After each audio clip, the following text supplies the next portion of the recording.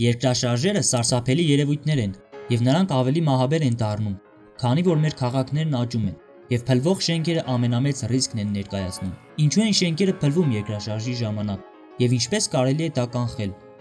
Աղետի մասին ֆիլմեր դիտելիս ձեզ կարող է թվալ, որ շենքերը փլվում են հենց այն պատճառով, որ հողը նրանց տակ սարսափելի ուժով տատանվում է, անգամ ճեղքվում է, բայց դա այդքան էլ այդպես չէ։ Նախ, շենքերի մեծամասնությունը բեկման գծի երկայնքում չեն գտնվում, եւ տեկտոնական սալիկների շարժումը շենքերի հիմքերից շատ ավելի խորն է տեղի ունենում։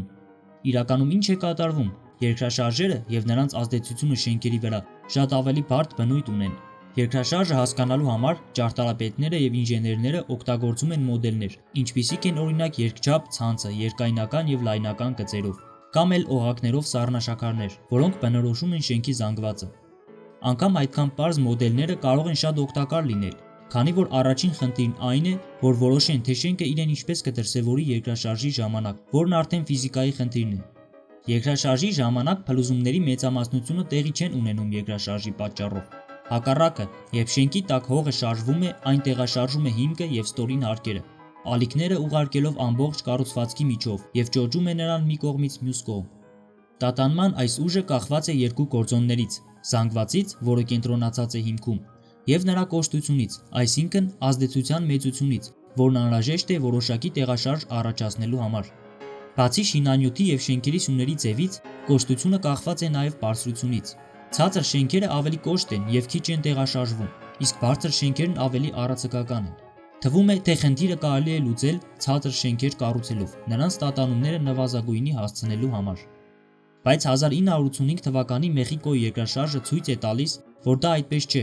Երկրաշարժի ժամանակ 6-ից 15 հարկանի բազմաթիվ շենքեր փլվեցին։ Տարօրինակն այն է, որ նրանցից ոչ հեռու գտնվող ավելի ցածր շենքերը կանգուն մնացին։ Նաև 15 հարկից բարձր շենքերը նույնպես ավելի քիչ էին վնասվել, իսկ միջին չափերի շենքերը երկրաշարժի տատանումների ամպլիտուդից ավելի մեծ ամպլիտուդով էին ճոճվում։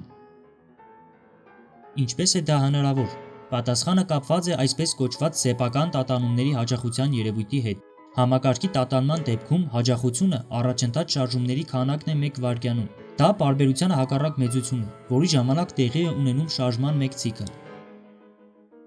Շենքի սեփական տատանումների հաճախությունը, որը որոշվում է նրա զանգվածով եւ կայունությամբ, այն հաճախությունն է, որի շուրջ որ տեղի են ունենում տատանումները։ Զանգվածի մեծացումը փոքրացնում է սեփական տատանումների հաճախությունը, միևնույն ժամանակ կոշտությունը հանգեցնում է ավելի արագ տատանումների։ Այդ փոխազդեցությունը նկարագրող հավասարման մեջ կոշտությունը եւ սեփական տատանումները ուղիղ համեմատական են միմյանց, իսկ զանգվածը եւ սեփական տատանումները հակառակ համեմատական։ Այն ինչ տեղի ունեցավ Մեխիկոյում ռեզոնանսի էֆեկտ էր, երբ սեյսմիկ ալիքների տատանումների հաճախությունը համընկել էր միջին չափի շենքերի տատանումների հաճախության հետ։ Ճոճանակը հավասար հրելու նման յուրաքանչյուր նոր սեյսմիկ ալիքը ավելացնում է շենքի տատանումները ընթացիկ ուղղությամբ, ստիպելով շենքին ել ավելի ուժեղ ճոճվել, վերջին հաշվով զգալի չափով տեղաշարժելով շենքը հիմքից։ Այսօր ինժեներները համագործակցում են երկրաբանների եւ սեյսմաբանների հետ, որպեսզի կանխագուշակեն սեյսմիկ տատանումների հաճախությունը շին հրապարակում, որպեսզի կանխեն ռեզոնանսի պատճառով առաջացող փլուզումները, ընդ որում նրանք հաշվի են առնում հողի տեսակը եւ ճեղքվածքի տեսակ, նաեւ նախկին երկրաշարժերի տվյալները։ Տատանումների ցածր հաճախությունը ավելի բարձր եւ առացկական շենքերի փլուզում կառաջացնի, իսկ տատանումների բարձր հաճախությունը վտանգ է ներկայացնում ավելի ցածրահարկ եւ կոշտ շենքերի համար։